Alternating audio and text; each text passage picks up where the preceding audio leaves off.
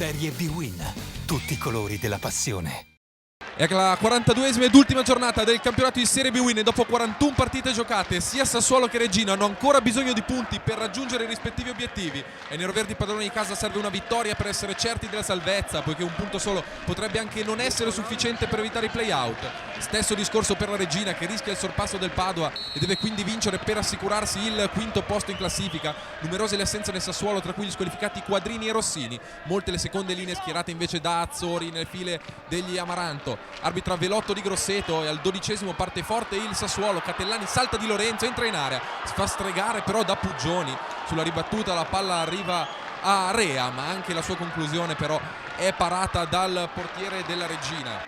Al 20esimo minuto punizione dai 25 metri affederata a Montiel, che trova una ottima parabola, inganna Pomini, non perfetto in questa circostanza. Prima rete stagionale in quella che è appena l'8º gettone in campionato per il giovane talento paraguaiano. Prima rete su punizione subita in questa stagione invece dal Sassuolo. Al 27esimo ci prova su punizione anche il Sassuolo, con la palla di De Falco che viene toccata per Martinetti. La sua conclusione è potente ma imprecisa, finisce alta sopra la traversa difesa da Puggioni. Al 39esimo però il Sassuolo va in rete, la palla ricevuta da Consolini che la ruba a un avversario, prova con il tiro da fuori area, papera degna di mai dire gol da parte di Puggioni, palla che attraversa l'MLM la linea di porta. 1-1 del Sassuolo con la prima rete stagionale di Consolini, anche se nei tabellini il merito del pareggio neroverde andrebbe assegnato più a Puggioni che a lui. 13esima rete da fuori area del Sassuolo, il massimo in tutta la Serie B-Win.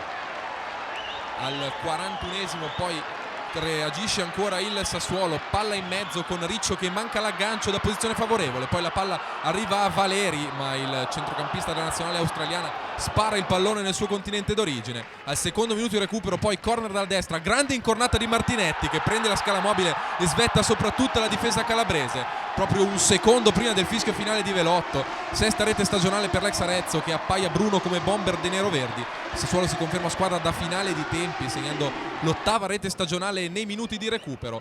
Il secondo tempo comincia quindi sul 2-1 per i padroni di casa. Nei primi 20 minuti non succede assolutamente nulla, si riprende al 65esimo con questa punizione dalla destra di De Falco. Ancora una volta è Martinetti ad andare più in alto di tutti, a schiacciare in rete da poco più di un metro. Doppietta per Martinetti che viene così proiettato in cima alla lista dei cannonieri del Sassuolo con 7 reti. Prima di oggi erano solo 5 le reti subite di testa dalla Reggina, miglior difesa aerea del campionato. Oggi invece 2 le zuccate vincenti subite dai calabresi. Al 69esimo poi ci prova su punizione anche Magnanelli, la sua conclusione però non c'entra assolutamente il bersaglio.